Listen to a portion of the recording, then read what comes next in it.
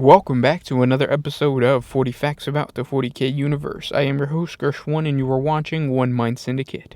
Today, we continue talking about the Imperium of Man as we talk about the High Lords of Terra.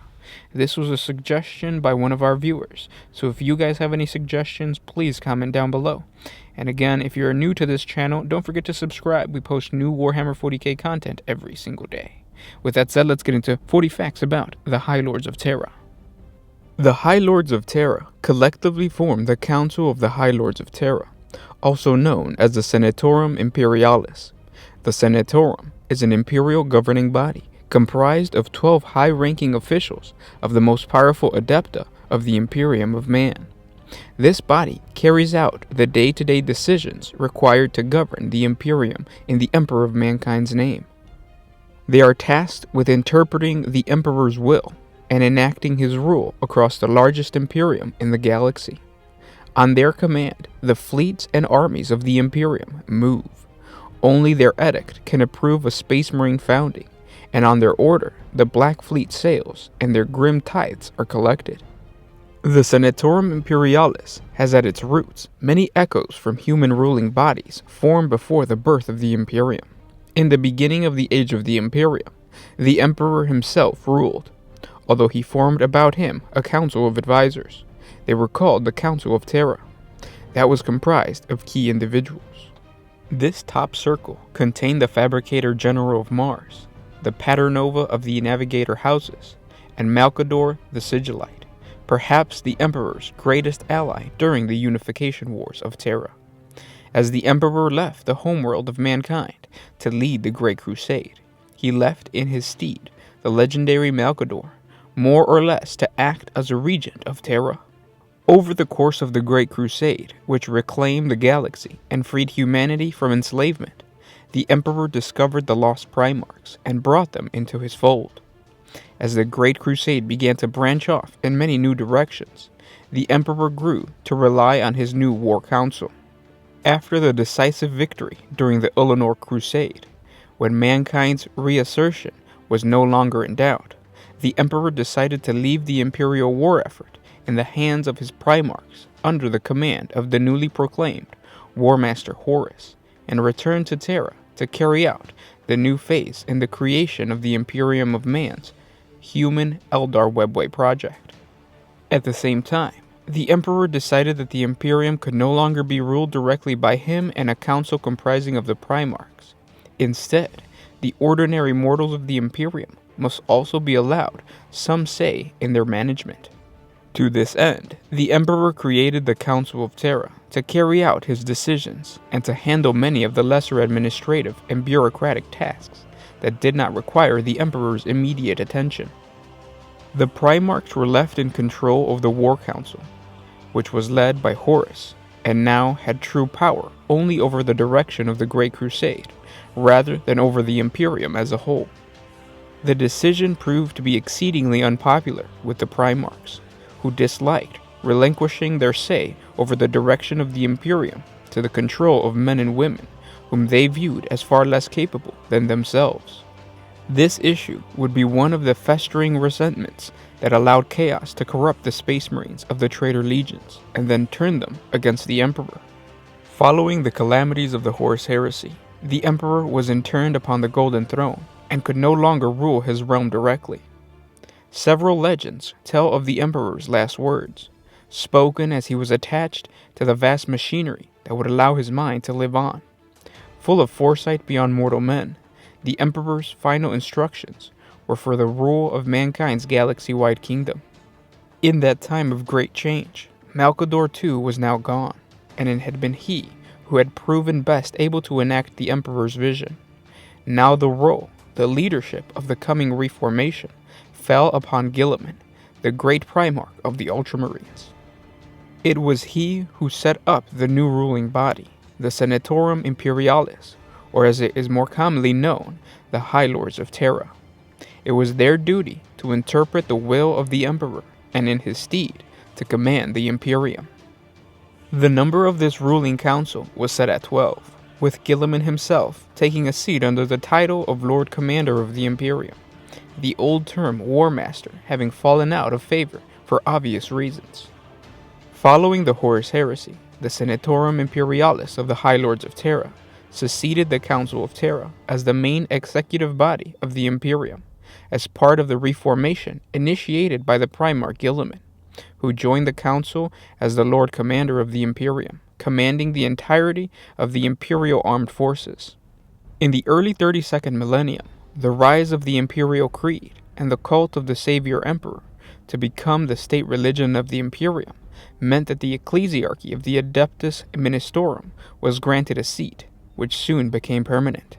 In the 36th millennium, High Lord Goj Vandire, master of the Administratum, led a coup d'etat and also became the ecclesiarchy of the Adeptus Ministorum, holding dual leadership over the two most powerful adepta of the Imperium. During his reign of blood in the Age of Apostasy, the High Lords were powerless to act, when Fabricator General Gostif Hendrix demanded that the High Lords finally account for themselves and execute Vandire. Goj dissolved the Senatorum Imperialis and declared the Space Marines and the Adeptus Mechanicus to be traitors to the Imperium.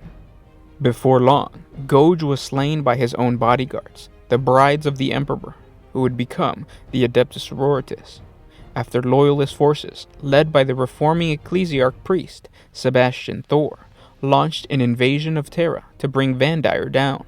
The High Lords of Terra returned to power after the Senatorum Imperialis was restored, though major reformations, including the creation of the Ordo Hereticus of the Inquisition, were carried out to prevent any one man from ever again seeking to replace the Emperor as the true ruler of mankind. Since the dark days of the Horus Heresy, the number of seats on the Senatorum Imperialis has largely remained the same, fluctuating during various points of crisis before eventually returning to its original number. Each seat is filled by a leader from one of the most powerful adepta and other organizations of the Imperium. A complex web of traditions, promises of support, threats of retaliation, and considerations of mutual interest bind them together and determines who holds office and who does not. In practice, some of the Imperium's adepta and institutions are so powerful and vital that it would be unthinkable for their leaders to not be granted a seat amongst the High Lords of Terra. Naturally, over the long millennia, the unthinkable has happened many times over. However, the existing High Lords often put in place an inordinate amount of measures to ensure that their seats is a permanent one, that upon their death, their position is automatically filled by a new head of their organization. Although the sources regarding the exact composition of the Senatorum Imperialis are varied, some institutions and organizations within the Imperium are so powerful that their leaders can be considered the de facto High Lord.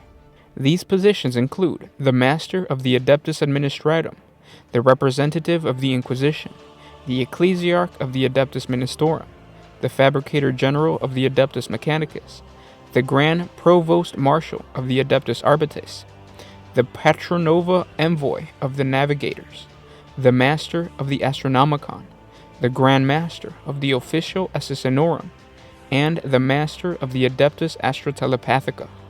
These 9 posts are virtually sacrosanctum, and there are very few times in history of the Imperium where their seats upon the High Lords of Terra became empty and were not filled with a successor from the same organization. Note that a specific inquisitor does not typically hold the position of the inquisitorial representative on his own, but instead the seat is retained for whichever individual is sent on behalf of the Inquisition during a meeting of the Senatorum. The eldest Grand Master of the Grey Knights is also occasionally present as the inquisitorial representative. Similarly, the place of the Patronova Envoy is open to whoever might be the envoy of the Patronova at that current ruling family of a navigator. The Patronova himself never leaves the palace of the navigators, for it is forbidden for him to do so.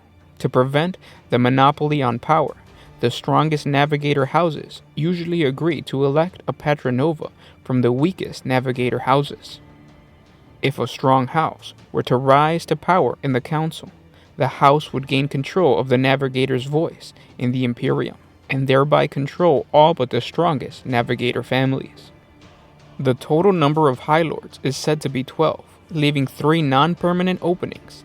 These positions are most often filled amongst the following powerful imperial leaders: Lord Commander of the Segmentum Solar, Lord Commander Militant of the Imperial Guard, Lord High Admiral of the Imperial Navy, Cardinal or Cardinals of the Holy Synod of Terra, Abbess Sanctorum of the Adeptus Sororitas, Captain General of the Adeptus Custodes, Chancellor of the Estate Imperium, Speaker for the Cardus Captain, representative of the Imperium's merchants.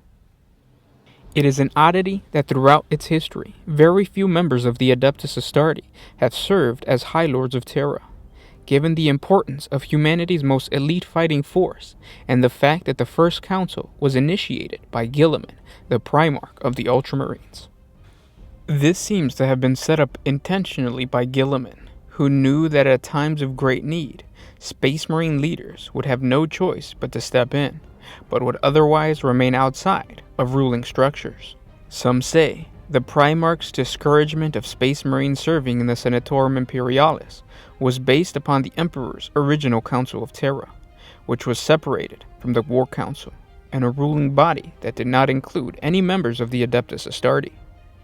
Guilliman clearly believed, as his great work, the Codex Astartes, points out, that it is the Space Marines' duty to serve mankind, not to rule over it, just as the Emperor himself held. In its long existence, the Senatorium Imperialis has gone through many changes. The High Lords have been forced to give one of its seats over to a religious leader, the Ecclesiarch, who joined them shortly after the Adeptus Ministorum was named the sole state religion of the Imperium in the early 32nd millennium. Many members have disappeared under suspicious circumstances, and the Inquisition has been asked to investigate a number of times, although many have suggested that at least one missing High Lord of Terra has disappeared because of the Inquisition. Yet always, despite the many power struggles and strifes, the High Lords of Terra have continued to interpret the will of the Emperor and thereby rule the greatest empire in the galaxy. And those were 40 facts about the High Lords. Thank you so much for making that suggestion. If you guys have any other suggestions, please comment down below. Let me know what you guys would like to hear about. And again, don't forget to like, comment, and subscribe.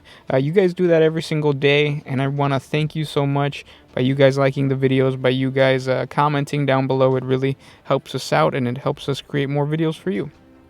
So I'll catch you guys tomorrow. This was Gersh1 with One Mind Syndicate, signing out.